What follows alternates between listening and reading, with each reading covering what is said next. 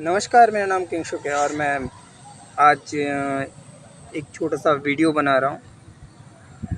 Actually मैंने ये video इसलिए बनाया कि मैंने देखा कि राष्ट्र में जो भी हो रहा है बहुत चुप रहा मैं, लेकिन अब मैं यह वीडियो बना रहा हूँ क्योंकि इस वीडियो के थ्रू बेसिकली लोगों को पता चले, थोड़ा अवेयर हो लोग कि एक्चुअल में जो राष्ट्रवादी चीज़ें बोली जा रही है भारत में, या रट्टू तोताओं के द्वारा जो बोली जा रही है, जो रट्टू तोता, जिसे रट्टू तोता आप कहते हैं, उनके द्वारा जो बोली गई चीज़ है, वो एक्चुअली में राष्ट्रवादी है ही नहीं। अब उससे पहले हमें राष्ट्र क्या होता है ये हमें जानना होगा। कुछ ऐसे लोग हैं जो ये बोल रहे हैं कि एक विशेष धर्म या एक विशेष मतलब समुदाय या एक विशेष ये मतलब किसी एक राष्ट्र के लिए खतरा है, या कुछ लोग ये कह रहे हैं कि एक विशेष धर्म के आधार पे राष्ट्र होना चाहिए। तो मुझे ऐसा लगता है कि ये जो मुद्दे हैं ये गलत मुद्दे हैं। राष्ट्र का अर्थ ये होता है कि इसे मैं एक एग्जांपल से समझाता हूँ। जैसे कि आप अगर इंडिया में देख रहे हो, जैसे मैं इंडिया में रहता हूँ, तो आप इंडिया में देख रहे हो, ठीक है। तो इंडिया में बहुत सारे धर्म हैं, हिंदू, मुस्लिम, सिख, ईसाई, बहुत सारे। लेकिन ये सिर्फ इंडिया तक ही वो नहीं है, वर्ल्ड की हर कंट्री में हर टाइप के धर्म रहते हैं, ठीक है। मतलब धर्म की कोई बाउंड्री नहीं होती है, धर्म की कोई सीमा नहीं होती है, मतलब बाउंड्री नहीं है, स्पेसिफिक सीमा नहीं है, ठीक है। धर्म एक्चुअली बनाया गया था मेरे ख्याल से कि क्रिमिनल्स के अगेंस्ट में, अपराधियों के अगेंस्ट में, पुराने जो आइडियोलॉजी है उस पे बनाया गया था, ठीक है। ठीक है, अब हम देखते हैं क्या हमारे इंडियन रुपीस हमारे पड़ोसी देशों में डायरेक्ट चलेगा। डायरेक्ट आपके जो क्या कहते हैं उसको, डायरेक्ट जो लोकल वेंडर्स होते हैं उनके द्वारा एक्सेप्ट किए जाएंगे। जैसे कि अगर हम लोग यहाँ से पैसा लेके डायरेक्ट अगर हम लोकल वेंडर ऑफ पाकिस्तान की किसी लोकल वेंडर के पास जाएंगे या किसी गुपचुप वाले के पास जाएंगे, हम इंडियन नोट देंगे, तो क्या वो एक्सेप्टेबल होगा? या वहाँ से अगर कोई बंदा आता है, मान के चलिए नेपाल से ही आया या कहीं से भी आया, तो वहाँ पे अगर वो जो नोट होता है उसका क्या यहाँ के कोई गुपचुप वाला है, चाय वाला है, नाश्ते वाला उसको एक्सेप्ट करेगा? तो उत्तर होता है नहीं, वह एक्सेप्ट नहीं करेगा, ठीक है। इसका मतलब ये एक इकोनॉमिकल बाउंड्री, ठीक है, राष्ट्रीय इकोनॉमिकल बाउंड्री होती है। दूसरा ऐसा है कि अब जब हम देखते हैं कि हम लोग जनप्रतिनिधि चुनते हैं, जनप्रतिनिधि मतलब हम लोग अपने प्रतिनिधि चुनते हैं, वोट होता है जो कि पहले पार्टी अपना प्रतिनिधि रखती है या इंडिपेंडेंट कोई कैंडिडेट खड़ा होता है, ठीक है। हम उन्हें वोट देते हैं। सभी जनप्रतिनिधियों के पास यह अधिकार नहीं होता है कि वो कानूनों में संशोधन में मतलब काम कर सके, जैसे कि सरपंच, पंच, आपके नगर सेवक और आदि, ठीक है। जो भी हमारे जनप्रतिनिधि है, क्या वो जनप्रतिनिधि हमारे पड़ोसी देश में जाके अपना प्रतिनिधित्व कर सकते हैं? या वहाँ का जनप्रतिनिधि यहाँ आके प्रतिनिधित्व कर सकता है, कानूनों के संशोधन में अपना मतदान दे सकता है? तो शायद आपका उत्तर नहीं होगा, है ना, जो कि सत्य है। भले ही हम अल्पमत क्यों ना हो, लेकिन सत्य तो सत्य ही रहेगा ना, ठीक है। तो इसका मतलब ये एक पॉलिटिकल बाउंड्री है। इंडिया अगर एक economical boundary and political boundary है, तो देश एक इकोनॉमिकल और पॉलिटिकल बाउंड्री होता है, ठीक है, जहाँ पे हम मेंबरशिप लेते हैं, ठीक है। जहाँ का हम इकोनॉमिकल लेवल पे हम डेवलपमेंट करते हैं, हम पॉलिटिकल लेवल पे उसको डेवलपमेंट करते हैं, ठीक। और धर्म को नीति के हिसाब से रखा जाना चाहिए, नैतिक, और उसमें नैतिकता होनी चाहिए, सबसे पहली बात, ठीक है। ये एक मुद्दा हो गया। तो अब आप समझ गए कि राष्ट्र, इकोनॉमिकल एंड पॉलिटिकल बाउंड्री। अब हम जाते हैं लाल सिंह चड्ढा जैसी चीज़ों पर, लाल सिंह चड्ढा मूवी पर। तो जब आप लाल सिंह चड्ढा की मूवी देख आप ये करते हो, मतलब बॉयकट करते हो या फिर बॉलीवुड बॉयकट करते हो या कुछ बॉयकट करते हो, तो एक बहुत बड़ा एंटरटेनमेंट टैक्स आप बॉयकट कर रहे हो, राइट। मतलब वो इंडियन में जो डेवलपमेंट होगा वो डेवलपमेंट नहीं हो पाएगा, क्योंकि एंटरटेनमेंट टैक्स हम लोग ये कर रहे हैं, है ना, बॉयकट कर रहे हैं, राइट। अब एंटरटेनमेंट टैक्स आप बॉयकट कर रहे हो, तो जो बॉयकट करने वाले लोग हैं तो उनसे ये पूछिए कि भाई साहब आप कितना पैसा आप इंडिया के जो एंटरटेनमेंट टैक्स का जो आपका जो नुकसान हुआ है, तो क्या आप अपने जेब से ला के दोगे?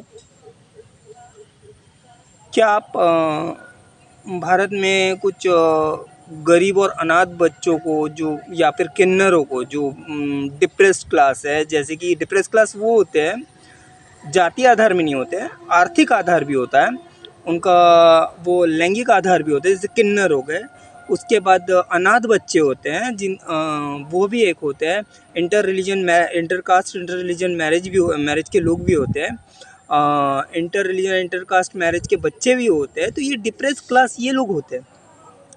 तो क्या आप इनकी मदद करोगे डायरेक्ट?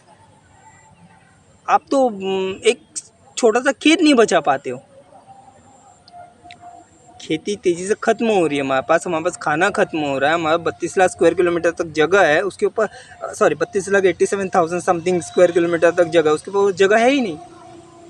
रेसिडेंशियल एरिया तेज़ी से बढ़ता जा रहा है, फार्मिंग हो रही है, तो फार्मिंग में आपका ऑर्गेनिक खेती नहीं हो रही है, ऑर्गेनिक खेती नहीं हो रही है तो उसमें क्या हो रहा है कि आप जहर खा रहे हो, खेती ख़त्म हो जा रही है ऑब्वियसली। और आप जैसे कि मान के चलिए फैमिली डिस्प्यूट हो रहे हैं, फैमिली डिस्प्यूट में भी आपका कोई आइडिया ही नहीं है।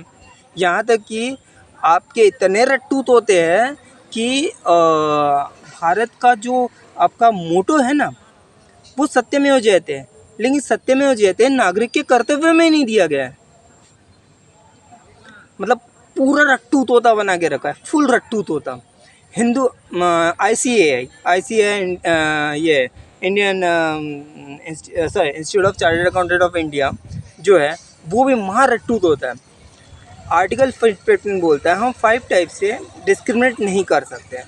डिस्क्रिमिनेट मतलब हम लोग मतलब भेदभाव नहीं कर सकते हैं, जाति के आधार पे, धर्म के आधार पे, वंश के आधार पे, लिंग के आधार पे और प्लेस ऑफ बर्थ के आधार पे, ठीक है। लेकिन धर्म के आधार पे हिंदू अनडिवाइडेड फैमिली को अभी भी रखा गया, मतलब ये डिस्क्रिमिनेशन हो रहा है।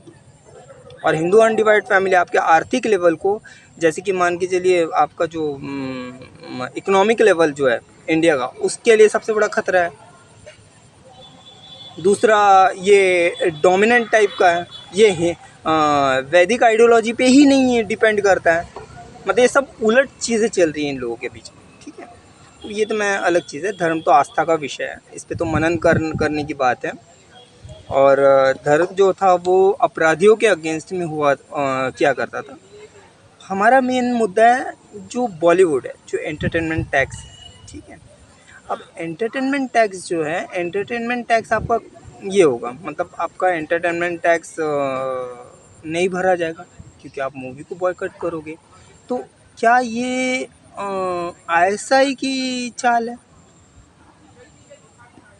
या OTT वालों की चाल है कि OTT प्लेटफॉर्म से उसे औने पौने दाम में ख़रीद लेगी?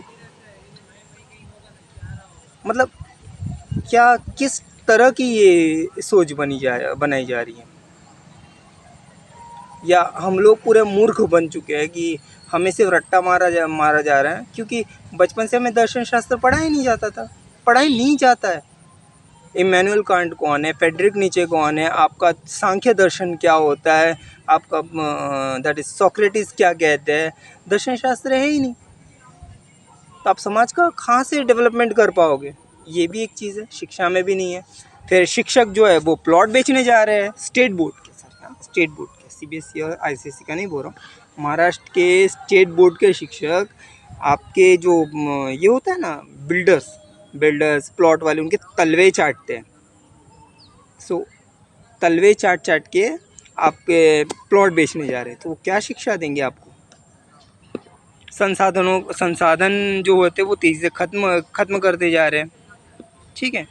ना एनालिसिस है, ना मार्केट रिसर्च है, ना कुछ कोई किसी टाइप का वर्कआउट है। मार्केट रिसर्च का मतलब ही नहीं पता, छोड़ दो मार्केट रिसर्च, तो मार्केट रिसर्च का मतलब ही नहीं पता। ICAI छोड़ो, लॉ में भी आपका आर्टिकल 15 में आपका पार्ट 7 जब 1956 में डिलीट हो गया था, तो 1956 में जब आपको भाषा के आधार पे आप स्टेट नहीं बना सकते हो, तो भाषा और धर्म दोनों एक ही टाइप के काम करते हैं, तो इसे आर्टिकल 15 में ऐड नहीं किया गया। तो ये सारा कैसे हो रहा है। दूसरा, आपके जो माइक्रो लेवल पे जो स्टडी होनी चाहिए, तो माइक्रो लेवल पे स्टडी कैसे होगी, जब आप इनडायरेक्ट डेमोक्रेसी दोगे, लेकिन इनडायरेक्ट डेमोक्रेसी भी नहीं मिली। इनडायरेक्ट डेमोक्रेसी की जगह हमें मिला संसदीय तंत्र। इनडायरेक्ट डेमोक्रेसी का मतलब था कि हमारे प्रतिनिधि उस पर वोट करेंगे, बट हमारे प्रतिनिधियों को वोट देने का अधिकार ही नहीं हुआ, जो कि हमारे नगर सेवक है, आपके ये क्या बोलते हैं, महापौर है, पंच है, सरपंच है, ये लोग हैं, राइट। तो इनडायरेक्ट डेमोक्रेसी का मतलब ही नहीं रहा। तो आज़ादी तो आपको 70 साल से आप हमें मूर्ख बना दे जा रहे हो ना। तो इतना तो मत बनाओ, एटलीस्ट इतना तो मत कीजिए कि किसी चीज़ का इतना बॉयकट या इस टाइप से मत कीजिए, ठीक है। अगर आप इसी तरह से अगर बॉयकट करते रहे, तो जो बच्चों का जो खाना जो होता है ना सर, खाना क्या बोलते हैं, जो मध्याह्न भोजन रहता है, वो भी टैक्स के इससे आता है। आपका जो लेडीज़ का जो 50% आरक्षण होता है, जो सॉरी हाँ माफ़ कीजिए, आरक्षण मिलता है, या कोई भी लेडीज़ को ये वर्कआउट मिलता है, जेंट्स को मिलता है, तो वो भी बेसिकली टैक्स से ही मिलता है। वेलफेयर होता है तो वो टैक्स से ही होता है। आप टैक्स मत ख़राब कीजिए ना यार। आपको अगर कोई प्रॉब्लम है तो आप उस चीज़ का मुद्दे का सोल्यूशन हो सकता है। तो अंत में तो मैं यही कहूँगा सर कि आप ये सारे जो भी है, ये बाबा लोग, जो ये लोग हैं जो अंधविश्वास फैला रहे हैं, धर्म को राष्ट्र बना के खड़ा कर रहे हैं, एक राष्ट्र बना के खड़ा कर रहा है धर्म को, ठीक है। तो ये बाबाओं के चक्कर में मत जाइए यार, प्लीज़ मत जाइए, हाथ जोड़ के विनती है, मत जाइए। आपको अगर मूवी देखनी है, एंटरटेन करना है, तो ये इनके चक्कर में मत जाइए, किसी भी तरीके से ये मत करिए, क्योंकि इनका कोई भी डिसीज़न आपका मतलब आपके भले के लिए नहीं है, ये अपने भले के लिए कर रहे हैं। और अपने भले के लिए भी नहीं, अपनी मूर्खता को और ज़्यादा मतलब कैसे प्रचार प्रसार करे, उसके लिए कर रहे हैं, ठीक है। हम एक ऐसा देश चाहते हैं जहाँ सिविल वॉर ना हो, ठीक है। और दूसरा ऐसा है कि वो तो हम लोग करेंगे ही। फ़िलहाल मार्केट रिसर्च के कुछ लोग अभी राज्य नीति पे ज़रूर आएंगे, और फिर हम बताएंगे कि कैसे वर्क करते हैं। इवन कि ICAI को भी, इवन की एसोसिएशन ऑफ पर्सन जिन्हें हम कहते हैं कि पॉलिटिकल पार्टीज़ को भी, इवन की NPOs जो मूर्ख नॉन प्रॉफिट ऑर्गेनाइजेशन सेक्शन की स्पेशल कंपनीज़ को भी, हर सोशियो इकोनॉमिक क्लासिफिकेशन पे हम लोग वर्कआउट करेंगे। यही नहीं, टैक्स SEC पे भी वर्कआउट करेंगे, और हम लोग टाइप ऑफ इनकम में भी वर्कआउट करेंगे। सो हम लोग जल्दी ही इस चीज़ पे हम लोग वर्कआउट करने जा रहे हैं। और आप चिंता मत कीजिए, इस वीडियो को हो सके तो फैलाइए, नहीं तो डिलीट कर दीजिए, कोई दिक्कत नहीं है, ठीक है। अगर आप राष्ट्रवादी हो या आपको समझ में आ रहा है ये सही है, तो आप आगे इसे कैरी फॉरवर्ड कीजिए। धन्यवाद। जय हिंद, जय भारत।